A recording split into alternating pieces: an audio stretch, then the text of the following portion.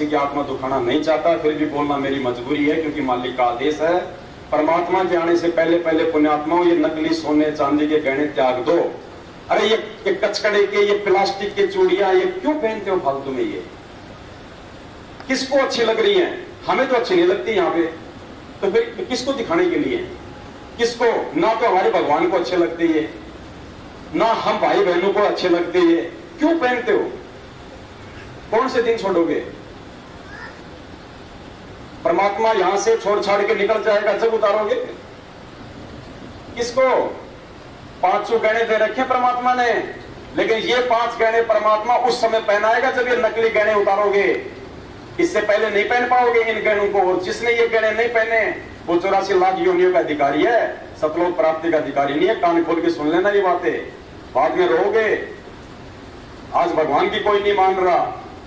जब जब ये परमात्मा आता है या अपने किसी संदेशवाहक को भेजता है, वो ऐसे चिल्लाते हैं। उस समय लोग उनका मजाक उड़ाते हैं, आगे चल के फिर वो रोते हैं। समय है, अगर साथ संगति में आना चाहते हो, अगर नेक साध बनना चाहते हो, इन चीजों को त्यागना पड़ेगा, वरना लोग तुम्हें अच्छी दृष्टि से नहीं देखेंगे। परमात्मा ने कबीर सागर के सल्लात में, पेज नंबर भेज दूंगा, शायद मुझे ध्यान नहीं है, 325 है या फिर 425 है, गुरु जी ने स्पष्ट लिख रखा है कि मेरे यथार्थ 13वें कबीर पंथ में आने के बाद जो सीधे साधे तरीके से रहेगा, जो बिल्कुल झोपड़ी में रहेगा, झोपड़ी मतलब रिक्वायरमेंट ऑफ द फैमिली, चाहे आपका पक्का मकान है लेकिन फालतू का दिखावा नहीं। 2 मियां बीवी है, 3 मंजिल का बना रखा है, कोई मतलब नहीं है। जो बिल्कुल सिंपल बन के रहेगा, अधीन बन के रहेगा, उसकी लोग आने वाले समय में इज्जत किया करेंगे। और जो फालतू की माया का संग्रह करेगा, फालतू का दिखावा करेगा, आडंबर करेगा, परमात्मा कहते हैं लोग उसको ऐसे देखेंगे जैसे आज एक अमीर आदमी एक गरीब आदमी को देखता है, हे दृष्टि से। तो हम साथ संगत से जुड़े हुए भगत भाई बहनों को वो माता बहन बिल्कुल भी अच्छी नहीं लगती है। दास तो अपनी बता रहा भाई, क्योंकि दास की तो ड्यूटी भगवान ने मुंह पे बोलने की लगाई है। जिस माता बहन के कान में, नाक में, गले में मुझे ये चीजें दिखाई दे जाती है ना, मैं उसकी शकल भी मुझे अच्छी नहीं लगती है, शकल भी अच्छी नहीं लगती मुझे उसकी, क्योंकि ये उतारे बिना आप परमात्मा को आप प्यारे नहीं हो सकते। और जो परमात्मा को प्यारा नहीं हो, फिर मेरा क्या लगे भाई, हमारा क्या लगेगा? वो ये भाई बहन सबके लिए हमने भगत बनने का, साधु सोई जो सीधा चाल है। पुण्यात्मा, परमात्मा पाना है ये लास्ट एंड फाइनल मौका है, लास्ट एंड फाइनल। परमात्मा कहते हैं युग युगांतरों के बाद ऐसा मौका मिलता है, इसीलिए भगवान कहते हैं यो सौदा फिर नाही रे संतो, यो सौदा फिर नाही। और ये आत्मा उस समय तक उस परमात्मा को नहीं पुकारेगी हृदय से, जब तक पहले आप एक भगत ना बन जाएं। और उस समय तक ये परमात्मा की, उस आत्मा की कोई पुकार नहीं सुनेगा जब तक वो आत्मा उस पुकार के लायक ना हो जाए। वो विरह, वो पीड़ा जब तक हमारे अंदर ना प्रकट हो जाए। और जब विरह और पीड़ा प्रकट हो जाएगी तो मिट्टी लगेगी मेरा भाई की तरह, ये सोने चांदी, ये नकली, ये गहने गाठी, ये चूड़े चांदी। फिर क्या हमारे में क्या अंतर है?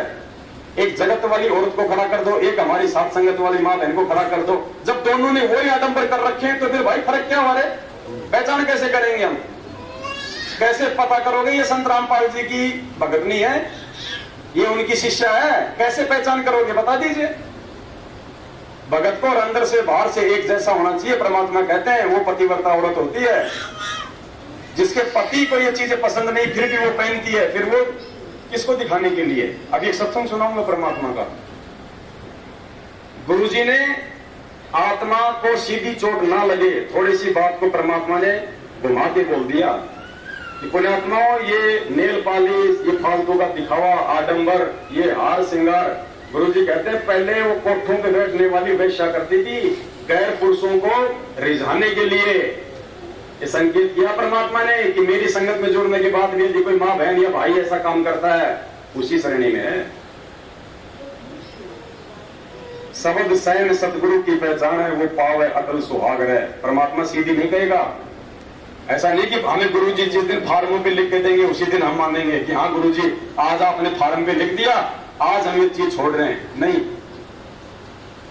परमात्मा कहते कुछ नियम हमने फार्म पे लिख दिए, कुछ वैसे जब आप ये सत्संग सुनोगे, कथा सुनोगे तो आपकी समझ में आएंगे। कुछ कॉमन सेंस से भी तो अभी तो भाई मोटे मोटे नियम समझ में नहीं आ रहे, ये सूक्ष्म नियम कहां से समझ में आएंगे? ये सूक्ष्म नियम समझाने के लिए परमात्मा ने सात संगति रखी है। ये लास्ट एंड फाइनली मौका है। दूसरा सतलोक जाने का रास्ता सात संगति के अलावा धरती पे नहीं है, भूल जाना इस बात को। गुरुजी सबको रिजेक्ट करके चले गए। जैसे परमात्मा ने सतलोक से हमारे को रिजेक्ट किया और यहां से निकाल दिया, फिर उस दयालु परमात्मा को हम पे थोड़ी आ गई मेहर आ गई, थोड़ी सी दया आ गई, फिर आज नीचे आके हमारे को संभाल लिया। 27 साल से ज्ञान दिया, कोई भी नालायक ढंग से नहीं उनको परमात्मा के रूप में उनको स्वीकार कर पाया। 7 साल तक मालिक ने वेट किया, फिर परमात्मा ने थोड़ी सी दया बख्श दी कि चलो एक मौका और देता हूं इन जानवरों को। भगवान ने सात संगति रखवा दी। अभी सात संग रूपी थ्रेसर में आकर भी जिसने अपना कचरा साफ नहीं किया, वो कचरा और वो कणक यदि अलग अलग नहीं करी, पुण्यात्मा, जिस गेहूं के ऊपर भूसी चढ़ी होती है ना, जिस गेहूं के ऊपर कचरा चढ़ा होता है वो चक्की पे नहीं जाता है।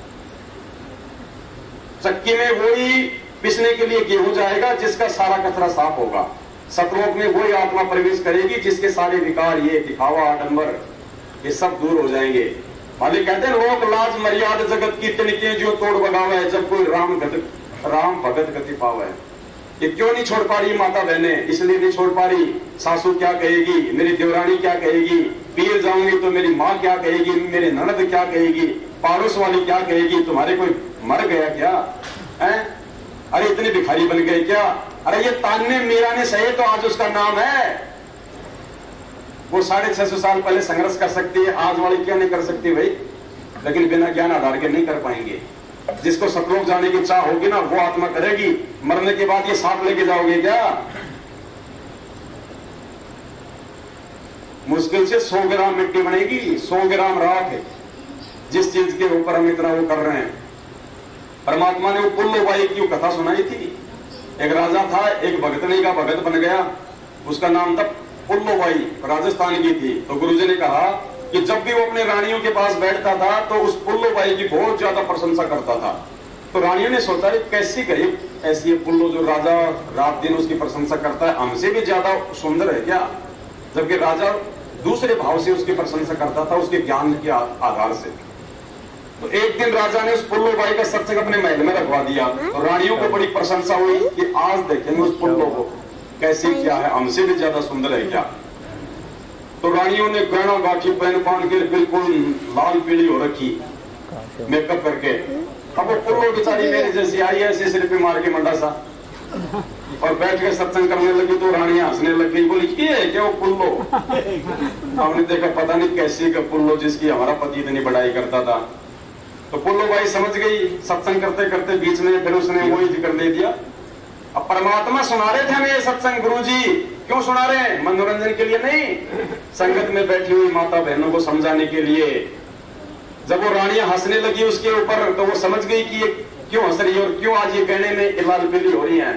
तो पुल्लो भाई ने कहा था, जो परमेश्वर ने सत्संग में सुनाया, उसने कहा कि गहना बाटा तन की शोभा, यो तन काचो बांधो, और बिना भजन के कुतिया बनोगी, वरना राम भजोना रांडो।